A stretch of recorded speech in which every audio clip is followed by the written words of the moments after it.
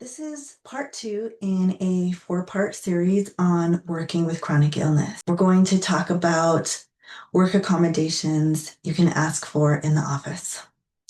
So the first work accommodation you can ask for is an ergonomic chair. The one that I have in my office is particular to my needs, but there are many out there. This one goes up and down. It has lumbar support. The armrests can fold up and move out of my way because I have hip and leg issues, and it's much more comfortable for me to be able to move my legs. Sometimes I will like sit cross-legged. Sometimes I just need to lift one leg up. And so having a chair that can move the arms out of the way is really helpful for me.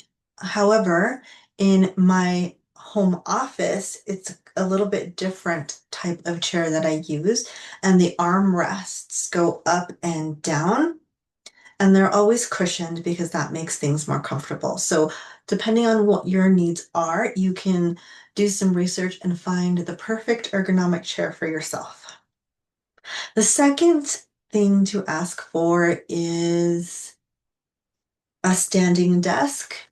For those of you who are able to stand or are able to walk around, as I mentioned earlier, uh, sometimes I have issues with my hips. And so having a desk that can move and stand up with me is really helpful because then I can move between sitting and standing throughout the day. So I'm not sitting for long periods of time or standing for long periods of time. In addition, with a standing desk, you can also like be moving side to side and you keep your legs moving. And so it helps with circulation issues. The third thing to think about is an ergonomic keyboard. One of my conditions affect my hands and my wrists. And so having a keyboard that allows for different positions of my hands is super helpful. This particular one that I have is also separated, so it keeps the left hand and the right hand slightly farther apart than a typical keyboard, which is also helpful for shoulders, for back pain, and different issues. So again, depending on your needs, you can find a keyboard that is right for you. The next thing is an ergonomic mouse. I have a couple of different ones. I've tried a few different types of mouse over the years, and this one seems to work the best for me. It's tilted at an angle. It's got a really nice thumb rest for me. The next thing to think about is if you are having issues with your hands and it can become difficult to type, or you have like episodic symptoms that make it difficult to type at work, you can ask for a talk to text type of program to assist you. So you don't have to type. You can just speak into the microphone and it will type what you are saying. The cheapest or often free option is through Microsoft Word, where you will open up Word and speak what you need to say, and it will type it for you, and you can correct any errors that might come up. That one isn't as efficient or as correct as some of the other programs that you pay for, but if you are looking for a free option, that's a great way to go. One of the programs that I have used over the years, which I absolutely love, is called Dragon Speak. And for those of you who are really into animation, you get to train your dragon, which is always a fun thing to tell my colleagues I'm training my dragon. So Dragon Speak comes with headphones, or you can purchase a different headset if you prefer.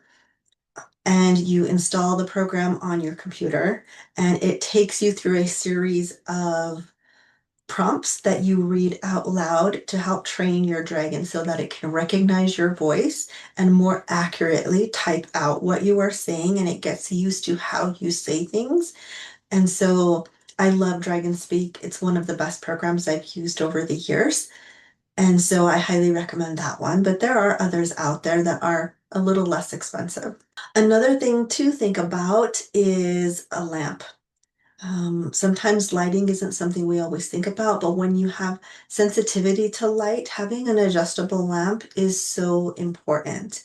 And even for someone who doesn't have sensitivity to light, but you may have dry eyes or be experiencing other symptoms with your eyes and your sight and just need a little bit more help.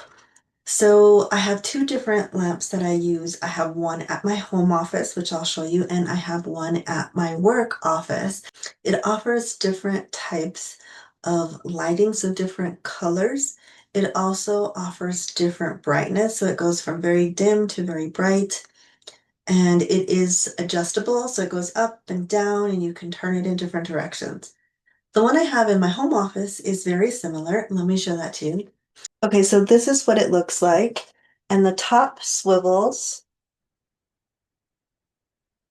It also goes up and down. So you can adjust it to however you need. And it goes from very dim to very bright. This is also a touch pad. So if there's no buttons,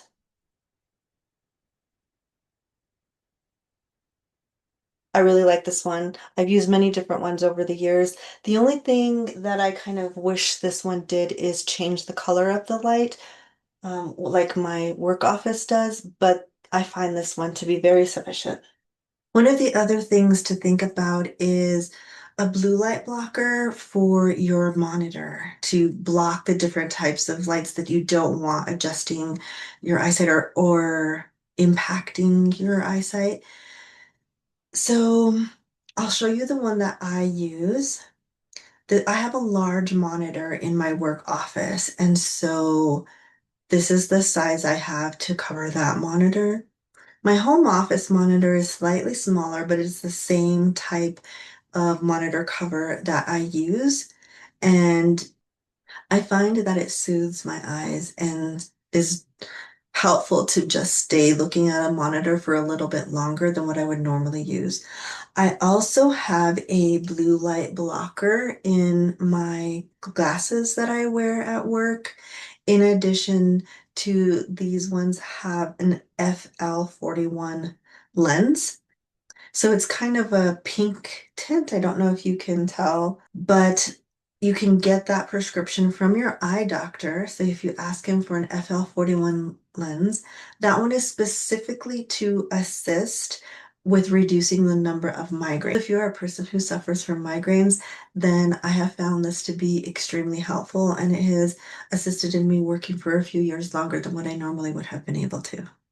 One of the other things that you can think about is noise canceling headphones. So if you work in a really loud work environment, if you share an office with someone and find it difficult to concentrate, or you may be suffering from anxiety, or you have ADHD and you just need a little bit quiet and less stimulation, I would suggest getting a good pair of noise canceling headphones. I've used the headphones that go in your ear, but I have found that sometimes I have sensitivity to touch, and so I can't have something in my ear for long periods of time, and sometimes I just can't handle anything in my ear at all. So this is the noise canceling headphones that I have now. They are amazing. Even when I travel with family, I will carry these with me and put them on. Now, you can have a setting in these ones where it's just specifically noise canceling. So you're not listening to music, you're not listening to a podcast or anything. It just is noise canceling. And you have an app that you download to your cell phone and you turn on the noise canceling, and instantly you can hear the difference. But without using that, it's still really good at canceling out background noise. But you can hear, like if someone comes into the office, you'll be able to hear them speaking to you, and then you can just take the headphones off so you could hear them better. Um, but if you do use the app and you put on noise canceling, then you probably won't hear someone coming into the office. And so you might just want to let your coworkers know you need a little less stimulation and you're putting your headphones on if they need anything to like make sure that you can see them or they can tap you on the shoulder. Um, so I'll see if I can list these products down in the description so you can get them for yourselves. But those are my list of work accommodations specifically for the office that you can ask for or purchase on your own to be able to assist you in working a little bit longer with your chronic illness. I hope that was helpful, and I will see you in part 3. Remember, you don't have to face chronic illness alone. We're in this together.